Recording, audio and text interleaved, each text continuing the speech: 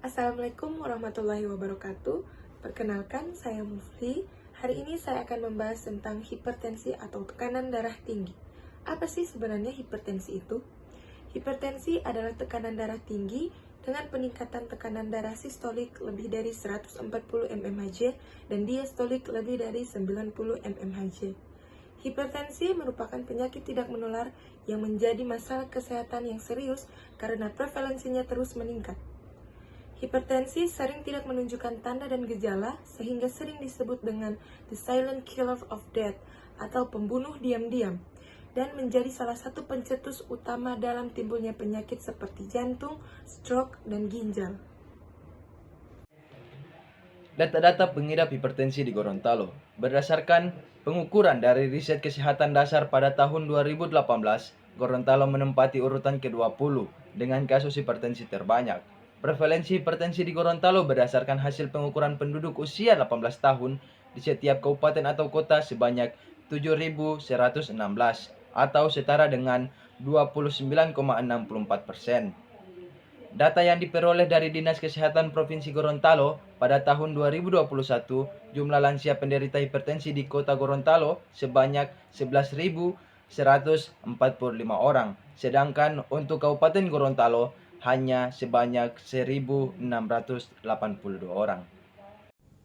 Data pengidap hipertensi di Gorontalo berdasarkan Jurnal Kesehatan Masyarakat pada tahun 2023, kami menemukan informasi bahwa prevalensi hipertensi pada lansia di Provinsi Gorontalo pada tahun 2016 mencapai 19%. Di Kabupaten Gorontalo memiliki prevalensi sebesar 6,19%, di Kota Gorontalo 3,1%, di Kabupaten Gorontalo Utara 2,79%, dan di Kabupaten Bone Bolango sebesar 1,57%.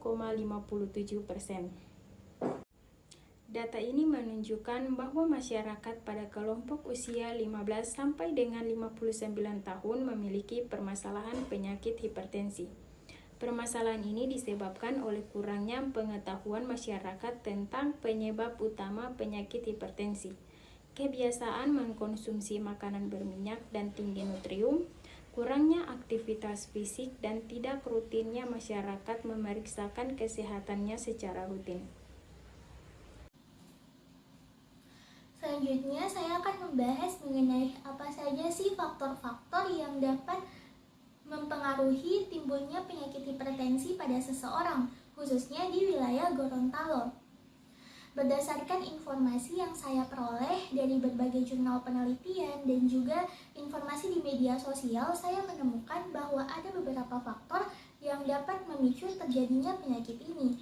Yang pertama itu karena adanya faktor genetik. Keluarga dengan riwayat hipertensi dapat memberikan resiko yang lebih besar kepada seseorang untuk terkena hipertensi. Yang kedua itu karena adanya faktor usia.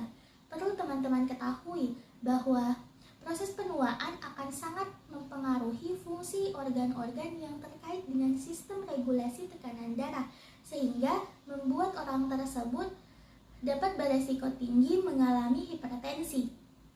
Yang selanjutnya itu karena stres. Contohnya seperti lingkungan sosial dan ekonomi yang kurang baik.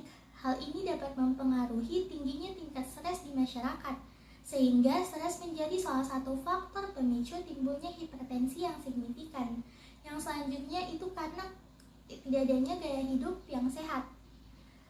Banyak kita temui di masyarakat, masih banyak dari mereka yang masih suka mengkonsumsi makanan-makanan yang tidak bergizi, pola makan mereka yang tidak teratur, serta kurangnya kesadaran mereka akan pentingnya olahraga rutin.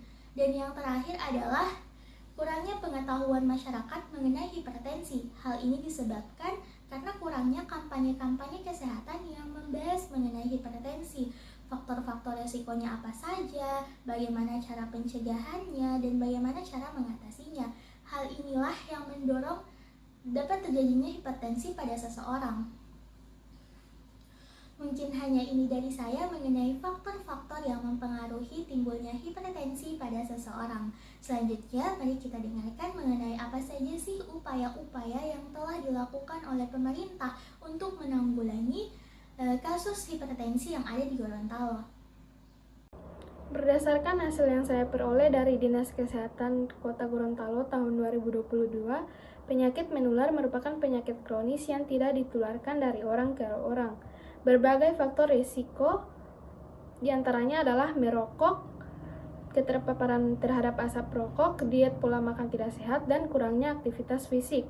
Adapun faktor risiko antara terjadinya adalah obesitas, tekanan darah tinggi, gula darah tinggi, dan kolesterol tinggi. Program pada prinsipnya mengutamakan upaya pencegahan karena lebih baik ditujukan kepada faktor yang lebih identifikasi sehubungan dengan hal tersebut. Kementerian Kesehatan telah mengembangkan program pengendalian sejak tahun 2006. Prevalensi penduduk dengan tekanan darah tinggi di Kota Gorontalo berdasarkan data Riskesdas 2018 sebesar 29%. Estimasi jumlah penderita hipertensi pada penduduk berusia di bawah 15 tahun di Kota Gorontalo tahun 2022 sebanyak 716 kasus. Sedangkan jumlah penderita hipertensi yang berkunjung ke fasilitas kesehatan tingkat pertama dan mendapat pelayanan kesehatan sesuai standar sebanyak 325 kasus atau sebesar 4,6%.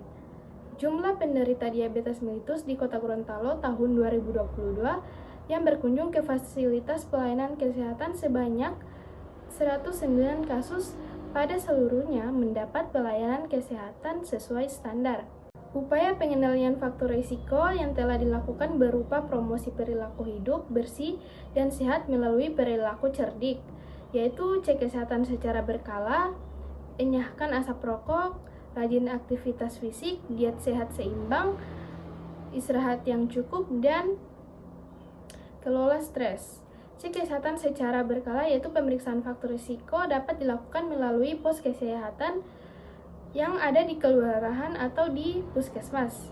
Selanjutnya masukan saya untuk pemerintah dalam upaya pencegahan penyakit tidak menular khususnya hipertensi yang perlu ditingkatkan adalah dengan meningkatkan akses masyarakat terhadap pelayanan kesehatan yang berkaitan dengan deteksi, pengelolaan, dan pengendalian hipertensi.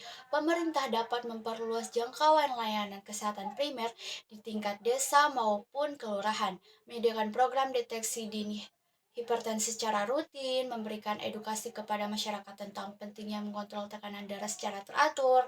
Selain itu, pemerintah juga perlu meningkatkan regulasi terkait dengan promosi makanan sehat dan olahraga dalam kebijakan publik, dengan mengatur iklan makanan yang tinggi garam, lemak, dan gula, serta mendukung kebijakan publik yang mendorong gaya hidup sehat. Pemerintah dapat membantu masyarakat untuk mengurangi faktor risiko terkait hipertensi.